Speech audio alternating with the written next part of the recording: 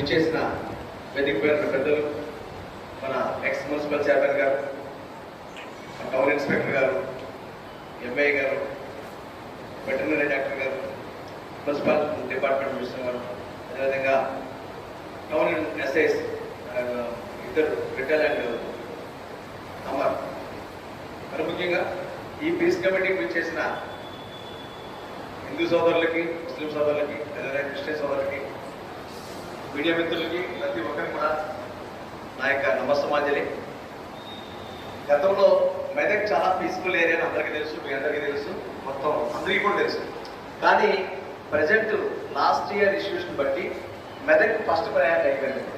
ఎందువల్లంటే గతంలో జరిగిన ఇష్యూస్ని బట్టి మాకు డీసీ గారి దగ్గర నుంచి కూడా ప్రత్యేకమైన ఇన్స్ట్రక్షన్స్ వచ్చినాయి. మా పోలీసు వాళ్ళంతా కూడా ఇమీడియట్గా లాస్ట్ ఇయర్లో మీరు చెప్పినట్టుగా కొన్ని ల్యాబ్సెస్ జరిగినవి. ఆ ల్యాబ్సెస్ వల్ల ప్రత్యేకమైన శ్రద్ధ తీసుకుని ఈసారి బందోబస్తు ఏర్పాటు చేయడం కానీ మీటింగ్స్ పెట్టడం జరుగుతుంది. అదేవిధంగా ఫస్ట్ ఈసారి మేము ముందుగా దాదాపు 25 రోజుల ముందే ఫస్ట్ మనం ముస్లిం సోదరులు పిలిచినాం, వాళ్ళతో మాట్లాడినాం. తర్వాత హిందూ సోదరులు పిలిచినాం, వాళ్ళతో మాట్లాడినాం. ఇప్పుడు ఇద్దరిని కలిపి ప్లస్ అందరితో కలిపి మన బక్రీద్ వచ్చే బక్రీద్ సందర్భంగా ప్రశాంతమైన వాతావరణంలో బక్రీద్ జరుపుకోవడం ఉద్దేశంతో ఈ పీస్ కమిటీ మీటింగ్ ఆర్గనైజ్ చేయడం జరుగుతుంది. ముందుగా యాక్చువల్గా మనం ఈ ట్రాన్స్పోర్టర్స్, క్యాటిల్ ట్రాన్స్పోర్టర్స్తో వాళ్ళతో మాట్లాడినాం. వాళ్ళకి చెప్పి వాళ్ళకి ఏదైనా ప్రాబ్లమ్స్ ఉంటే వాళ్ళకి తెలుసుకున్నాం. మేము ఏ విధంగా చేయాలి, చట్టాన్ని ఇంప్లిమెంట్ చేయడంలో పోలీసు వాళ్ళ పాత్ర ముఖ్యంగా ఉంటుంది, అది మీ అందరికీ తెలుసు. అందువల్ల కంపల్సరీ మనం ఏదైతే మెయిన్ మనకి ఇప్పుడు ఈ బక్రీద్ సందర్భంగా మనకు వచ్చే ఇష్యూస్ ఏంటంటే ఈ క్యాటిల్ ట్రాన్స్పోర్టేషన్ అనేది ఎక్కువగా జరుగుతుంది.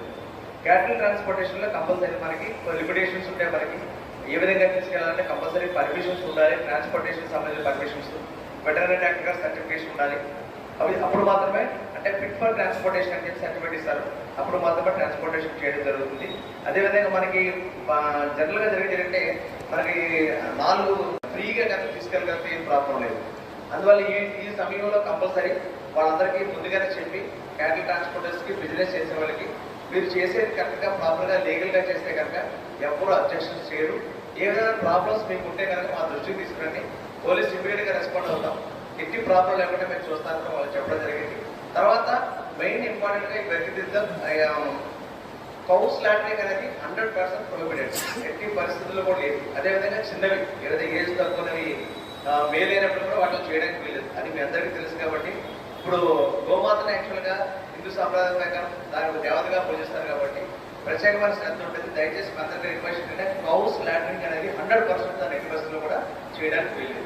అది మనకి యాక్ట్ చెప్తుంది, దాన్ని ఇంప్లిమెంట్ కూడా మనం చేయాల్సిన బాధ్యత.